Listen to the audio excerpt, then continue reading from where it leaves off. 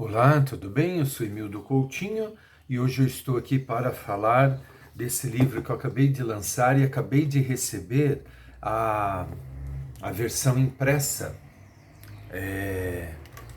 Esclarecimento dos Novos Atos, a história de uma pesquisa inquietante.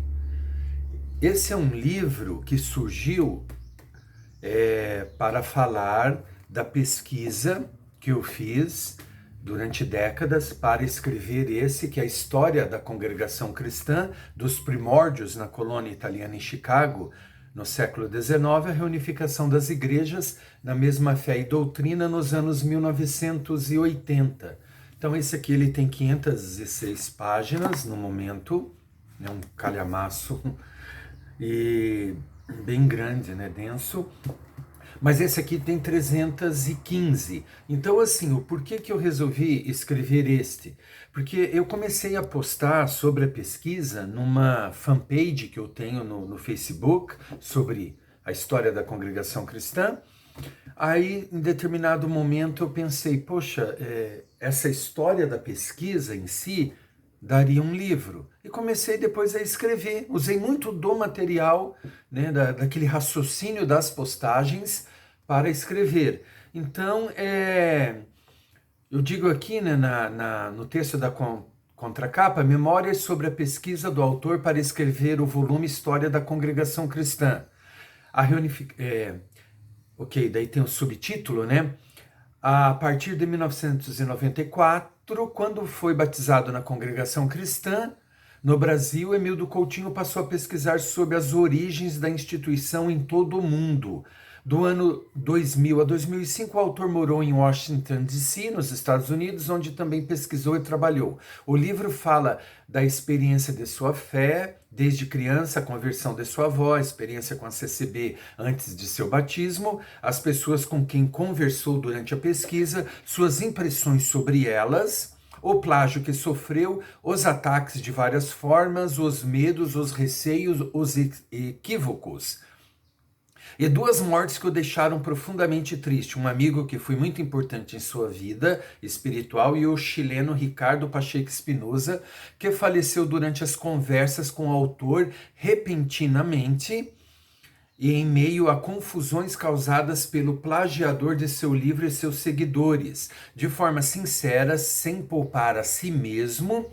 Emildo Coutinho narra os fatos e outros sim faz um esclarecimento comparando a história dos imigrantes ítalo-norte-americanos como os protagonistas do que chama de Novos Atos, uma referência ao livro de Atos dos Apóstolos. Coutinho traz uma visão crítica doutrinal em relação ao que foi produzido sobre o assunto, trabalhos acadêmicos, matérias de revistas e outros. Os caminhos que o movimento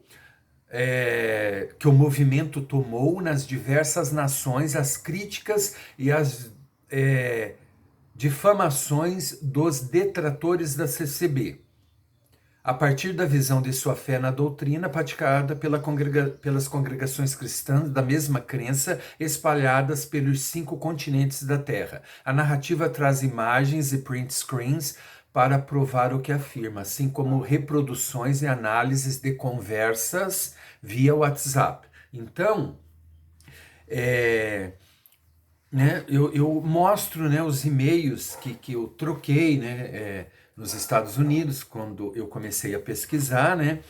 Lá eu entrei em contato com um norte-americano que estava ligado ao assunto. Ele encaminhou o meu e-mail para uma outra pessoa que também pesquisava e a gente conversou, né, eu e essa pessoa, que depois eu vi a descobrir que é um brasileiro que também fazia pesquisa no assunto, né? Então, assim, tem os e-mails, né, que trocamos em inglês, né? E eu até imaginei que fosse brasileiro, mas não tinha certeza, porque pela questão do nome ali, poderia ser hispânico, como acontece, né, de muitos norte-americanos terem um nome hispânico por causa do pai, enfim, não dá para afirmar. Depois eu descobri que é um brasileiro e que é outro pesquisador, mas seguiu faz outro tipo de pesquisa, né, mais abrangente, levou para o ramo acadêmico, né, as suas pesquisas, né.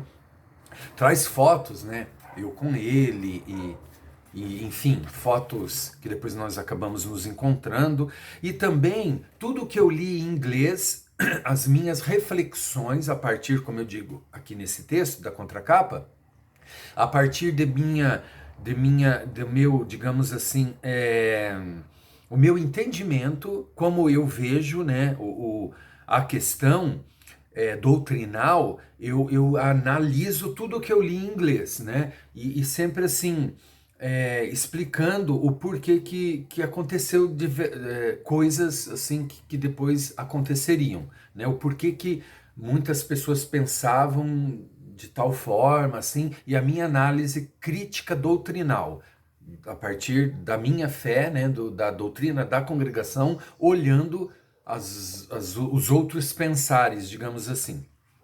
E daí segue, né, o livro traz muita informação, muita reflexão, muita impressão que eu tive das pessoas que eu entrevistava, né, eu tive mais aqui liberdade de falar sobre isso, até que nós chegamos no plágio que eu sofri, né, e o plágio eu trago assim, é, imagens, né, do que foi plagiado, né, junto com o meu texto provando o que eu digo, que é algo assim que eu tentei explicar na fanpage, e daí eu era atacado por pessoas que seguem o plagiador, né? E dizendo que não, que eu não poderia dizer que é plágio, porque o assunto não é meu, enfim, né?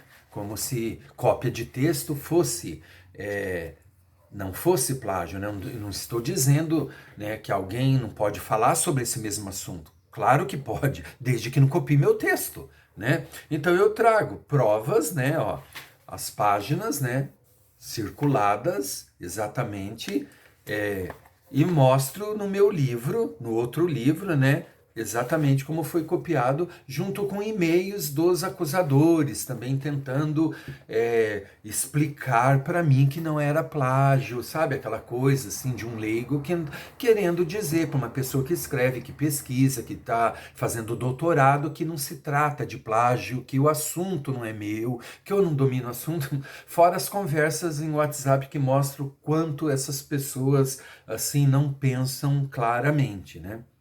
Trago tudo aqui, né, com um pseudônimo para me proteger de uma certa forma, né?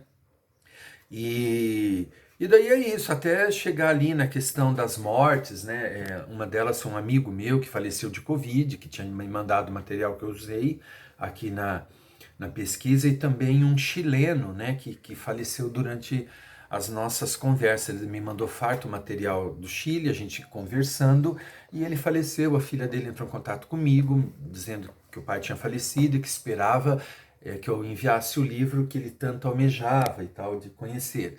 E eu tive que terminar de gravar, né, ouvir a voz dele, os áudios que ele tinha me mandado, e eu ali degravando, né, copiando esses áudios para passar para o livro. Eu fiquei muito deprimido, porque a pessoa já tinha partido ali ouvindo a voz dela. Então, foi um momento bem tenso, assim, na minha vida, sabe? Mas, assim, graças a Deus consegui terminar. O livro é dividido em partes, né? São é, 6 partes. 6 partes. A última, sexta parte, ó, considerações finais e conclusão. É, Antes disso, tem aqui uma, vi agora que a quinta parte, a incrível história chilena e uma triste surpresa que me deixa deprimido, né? Então tem isso que eu resolvi escrever em, em partes, né? Os capítulos são na sequência, né? Mas eu dividi em 6 partes. O último capítulo é o 107, não são capítulos longos. Então é um livro que eu recomendo. Modéstia à parte, eu gostei muito, assim, deu um caráter bem interessante, né? Meio que, né, biográfico, mas também de quase um tratado, né? Eu achei melhor dizer esclarecimento, né? Comparando todo esse movimento chamado, né, nos Estados Unidos fala ítalo-norte-americano, ou ítalo-americano lá é dito, né?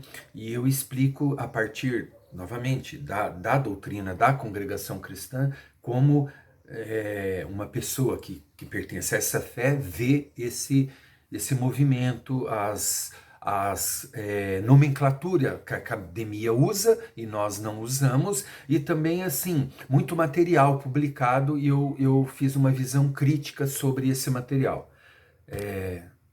Geralmente revistas, né? Agora, trabalhos acadêmicos que eu li também, eu cito alguns, assim, sempre com uma visão, assim, de uma análise de todo esse conteúdo. Então é isso, né? Para quem tiver interesse, comigo tem desconto, ou na editora e nas livrarias online, ok? Nos vemos na próxima. Até mais.